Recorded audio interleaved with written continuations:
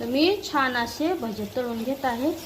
सणपिठामध्ये हिरवी मिरची बारीक कट करून टाकलेली, कोथिंबीर, ओवा, बारीक कट केलेला कांदा, पीठ भिजवल्यानंतर खायचा सोडा चिमटभर टाकलेला आहे, हळद टाकलेली होती। तर असे हे भजे कढी सोबत खायला।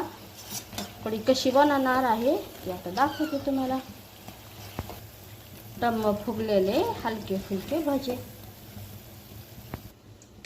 दही, तर इथं आता हे भजे बनवून आता हे थोडंसं पीठ शिल्लक उरलेलं आहे, बेसन पीठ। तर यामध्ये आता मी दही, थोडंसं बेसन पीठ टाकणार आहे। अगोदर पाणी न टाकता व्यवस्थित असं मिक्स करायचं, म्हणजे गाठी होत नाही बेसन पीठच्या। व्यवस्थित मिक्स केल्यानंतर आता हे गरजेनुसार पाणी टाकायचं। पाणी टाकून मिक्स करत राहायचं। चवीनुसार मीठ। असं मिश्रण बनवलेलं आहे। यामध्ये आता मी हळद टाकणार नाहीये। जेवढं आता बेसन पीठ भज्यासाठी जे बनवलेलं होतं त्यामध्ये जेवढी हळद तेवढीच राहू देणार आहे।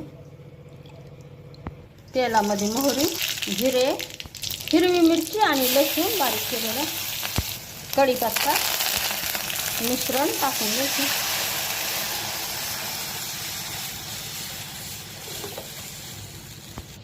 गॅसची आच वाढवलेली आहे, तर पळी अशीच ठेवणार आहे। आता चांगलं 7-8 मिनिटं उकळून घ्यायचं। उकळी येताना सतत असं ढवळत राहायचं। छान अशी कढी तयार झाली।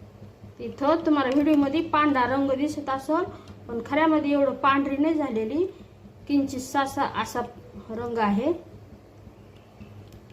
मस्त अशी कढी, हा असा रंग आलेला आहे खरा। गरमागरम अशी कढी, कढी सोबत खाण्यासाठी हे भजे